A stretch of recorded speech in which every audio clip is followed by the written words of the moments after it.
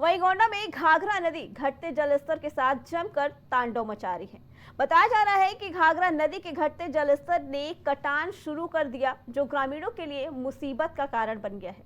घाघरा नदी ने कर्नलगंज और तरबतगंज तहसील के गांव में कटान शुरू कर दिया है, जिससे ग्रामीणों के माथे पर चिंता की लकीर साफ दिखाई दे रही है। हालांकि प्रशासन कटान वाले स्थान पर बोल्डर लगाकर कटान को रोकने का प्रयास तो कर रहा है, लेकिन वो काफी नजर नहीं आ रहा है। वहीं गोंडा जिले के साखीपुर में एक बार फिर कटान का लाइव वीडियो सामने आया, जिसमें देखते ही देखते एक मकान की दीवार घाघरा नदी में समा गई। फिलहाल जिलाधिकारी के निर्देशानुसार संबंधित अधिकारी बाढ़ प्रभावित गांव में कटान रोकने का प्रयास कर रहे हैं। ग्रस्त होने की सूचना प्राप्त हुई तो उससे पहले ही वहाँ के परिवार वालों को हम लोगों द्वारा शिफ्ट किया जा चुका था और साथ ही साथ उनका जो राहत सहायता है वो भी भुगतान कर दिया गया। एक मकान और साखीपुर में कटने की सूचना है, उसका भी भुगतान कर दिया जा रहा है और उससे पहले लोग शिफ्ट किया जा चुका है तथा ऐसे जो भी लोग परिवार हैं उन पर हम लोग निगाह रख रहे हैं। जिनको आवश्यकता होगी शिफ्ट करने की, शिफ्ट किया जाएगा। साथ ही साथ 9000 से अधिक खाद्यान्न किटों का भी वितरण किया जा चुका है और जहाँ अन्य आवश्यकता होगी वहाँ भी कराया जाएगा। भवन मदार माझा गांव में बाढ़ खंड के लोग जो है अधिकारी लगे हुए हैं, वहाँ कटान की सूचना है, उस पर उनके द्वारा कार्रवाई की जा रही है। प्रशासन द्वारा और साथ ही साथ बाढ़ खंड कार्यखंड द्वारा लगातार सतर्क दृष्टि बनाए हुए हैं हम लोग मौके पर, और जहाँ भी ग्रामवासियों को अथवा कृषकों को जहाँ भी सहायता सहयोग की जरूरत होगी, किसी प्रकार के आपातकालीन स्थिति से निपटने के लिए प्रशासन तैयार सजग है। इसी पे आगे जानकारी देने के लिए हमारे संवाददाता भूपेंद्र जुड़ चुके हैं। भूपेंद्र, घाघरा नदी का स्तर काफी दिनों से घटता नजर आ रहा था, बढ़ता नजर आ रहा था, जिसकी वजह से बाढ़ की स्थिति आ गई थी। तो ऐसे में कहाँ चूक रह गई प्रशासन की, लोगों को अब इतनी परेशानी का सामना करना पड़ रहा है? क्यों समय रहते ये सावधानियां रखी गई?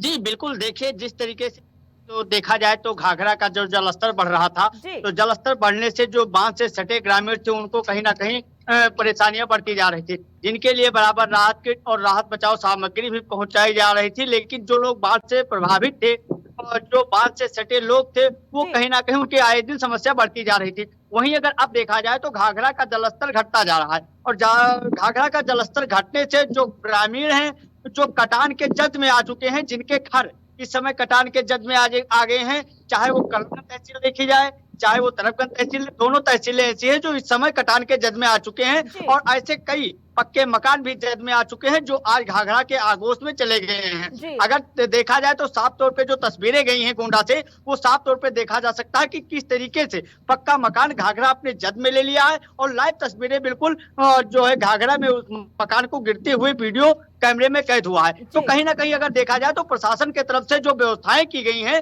फिलहाल जब कटान घाघरा नदी स्टार्ट कर दी, उसके बाद प्रशासन के द्वारा जो है गोंडा जिलाधिकारी नेहा शर्मा के द्वारा लगातार वहां पर निरीक्षण किया गया और राहत बचाव सामग्री भी बोल्डर द्वारा वहां पर जो है कटान रोकने के काफी प्रयास किए गए। लेकिन अगर देखा जाए तो प्रशासन के सारे प्रयास आज फेल देते हुए दिखाई दे रहे हैं। अगर ये समय से पहले जो ये समय था, इससे पहले अगर कटान रोकने के पाबंद किए जाते तो शायद जो आज ये घर घाघरा के जद में आ चुके हैं वो घाघरा के जद में नहीं आते। जी भूपेंद्र, जिन लोगों को परेशानी हो रही है, जिनके घर इसमें डूब गए हैं या जो अपने घरों से निकल के बाहर है, उनकी सुरक्षा के लिए, खान पान के लिए और रहने के लिए प्रशासन की तरफ से क्या तैयारियां की गई हैं?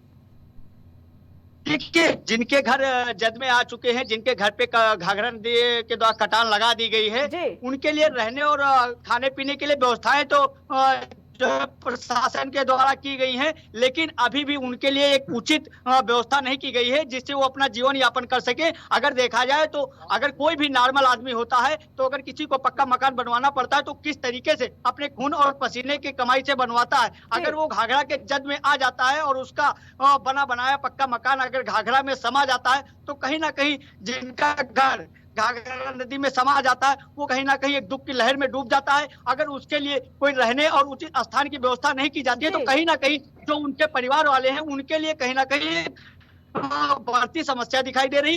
इसको लेकर क्या जिन परिवारों के घर बाढ़ की चपेट में आए हैं उनके लिए सरकार की तरफ से अभी किसी मुआवजे की बात कही गई है? देखिए, जिस तरीके से अगर देखा जाए तो जिस तरीके से जो है कटान के जद में जो मकान आ चुके हैं, सरकार के द्वारा से अभी तक ये कोई फैसला नहीं लिया गया है कि उनको मुआवजा दिया जाएगा। मुआवजे की कोई भी बात अभी निकल कर सामने नहीं आई। लेकिन अगर देखा जाए तो चाहे करणगंज तहसील हो चाहे तरफगंज तहसील हो, दोनों तहसीलों में इस घाघरा नदी अपना रौद्र रूप दिखा रही है। जिस तरीके से घटते हुए जलस्तर से अपना कटान चालू कर दिया। इससे पहले अगर देखा जाए तो जो ग्रामीणों ने बताया कि इससे पहले जो पिछले साल घाघरा नदी काट रही थी तो नदी के उस पार काट रही थी, लेकिन इस बार जो घाघरा नदी का जलस्तर घटा तो इस बार घाघरा नदी ने कटान अपना लगा दी और कटान आने से लगभग कई मकान ऐसे जो आए हैं जो घाघरा के जद में आ चुके हैं और बने बनाए पक्के मकान घाघरा के जद में आकर और ढह गए हैं। जी भूपेंद्र, हर साल की स्थिति ये रहती है बाढ़ की, तो क्यों नहीं प्रशासन शासन सरकार द्वारा पहले ही ऐसे इंतजाम किए जाते? क्या ऐसा लगता है कि ये जो भी लोगों की परेशानियों का सामना करना पड़ रहा है वो कहीं ना कहीं सरकार की विफल होने की वजह से है, क्योंकि सरकार समय पे ध्यान नहीं देती और लोगों को परेशानी का सामना करना पड़ता है? जी बिल्कुल, देखिए पिछले कुछ दिन बाद जब यहाँ पे ये स्वतंत्र देव सिंह आए थे, जो है सिंचाई मंत्री थे, उन्होंने जो बंधे पे आए तो उन्होंने पत्रकारों के द्वारा एक सवाल पूछा गया कि सर आखिरकार बंधे का ये धंधा कब बंद होगा, क्योंकि जब बरसात का टाइम आता है तभी बांध का सारा काम स्टार्ट होता है। अगर समय रहते बरसात बाढ़ आने से पहले, बरसात चालू होने से पहले अगर सारी जो कमियां होती उनको पूर्ण कर ली जाए तो शायद जो बरसात में लोगों को समस्या झेलनी पड़ती है वो ना झेलने पड़े। लेकिन अगर देखा जाए तो अगर बरसात के पहले जो ये अपनी कमियां पूरी कर ले और जो बांध की मरम्मत वो कराकर कंप्लीट कर दे तो आए दिन अगर देखा जाए तो जो ये बांध बंधा है इस पे जिस तरीके से लागत से बंधा था, करोड़ों की लागत से बंधा था, आज कई करोड़ इस पे खर्च हो गए हैं मरम्मत कार्य के लिए, लेकिन उसके बाद भी बंधे के लिए कहीं ना कहीं लोगों के लिए समस्या बनी रहती है। तो अब देखने वाली बात यह होगी कि आखिर बंधे का धंधा ये कब बंद होगा और जिस तरीके से लोगों के ऊपर मुसीबत आ रही है, जिस तरीके से लोगों का मकान घाघरा नदी में समा रहे हैं, आखिरकार ये जो बंधे का धंधा है ये कब बंद होगा? जी भूपेंद्र, आपका बहुत बहुत धन्यवाद।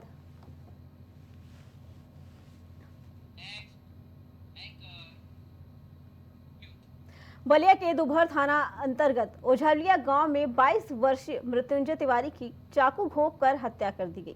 घटना की सूचना मिलते ही इलाके में हड़कंप मच गया। वहीं मौके पर पहुंची पुलिस और फॉरेंसिक टीम ने जांच शुरू कर दी। इस मामले में 3 आरोपियों को हिरासत में लेकर अभी पूछताछ की जा रही है। के कारण चाकू मार करके की गई।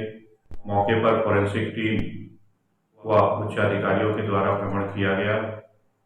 मृतक के पिता मनोज तिवारी के द्वारा तहरीर थाने पर प्राप्त हुई है, जिस पर मुकदमा पंजीकृत कर विधिक कार्रवाई की जा रही है तथा मामला तो हमको उतना संज्ञान में नहीं है। हमारे बच्चे को चाकू मारा गया है, अंगूठा पूछा गया है। हमको घर पर हम थे, मालूम हुआ तो हम दौड़ करके गए। उन लोगों ने जो भी करना था कर दिए थे। वो अपनी गाड़ी उड़ी छोड़ करके भाग गए हैं। उसी गाड़ी से मैं बच्चे को उठा कर लाया हूँ और ये सोच करके इमरजेंसी में पहले दिखाएं। तो वहीं बहराइच के विकास खंड शिवपुर के गांव धर्मकुंडा के मुजरा हेमराजपुरवा में सड़क और नाली निर्माण न होने से आक्रोशित महिलाओं ने आमरण अनशन शुरू कर दिया है।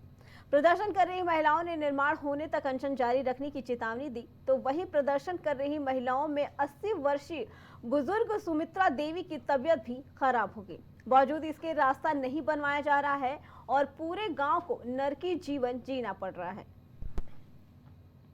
कार्य योजना में इन्होंने सम्मिलित कराया था 22-23 में, उसके बाद 24-25 में भी इन लोगों ने लिया है, परंतु इस पे कार्य नहीं हुआ है, जिसके कारण ये लोग आमरण अनशन पे बैठे हैं।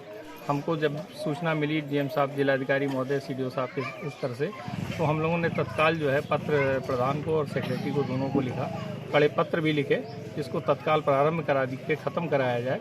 परंतु चूँकि अभी उनके द्वारा बताया गया कि संसाधन सीमित हैं, उसके कारण ये काम नहीं हो पा रहा है। और आज मुझे एक पत्र उनके द्वारा उन्होंने अवगत कराया कि जो है ये प्राइम उत्तर प्रदेश में फिलहाल इतना ही। बाकी खबरों के लिए देखते रहें प्राइम टीवी।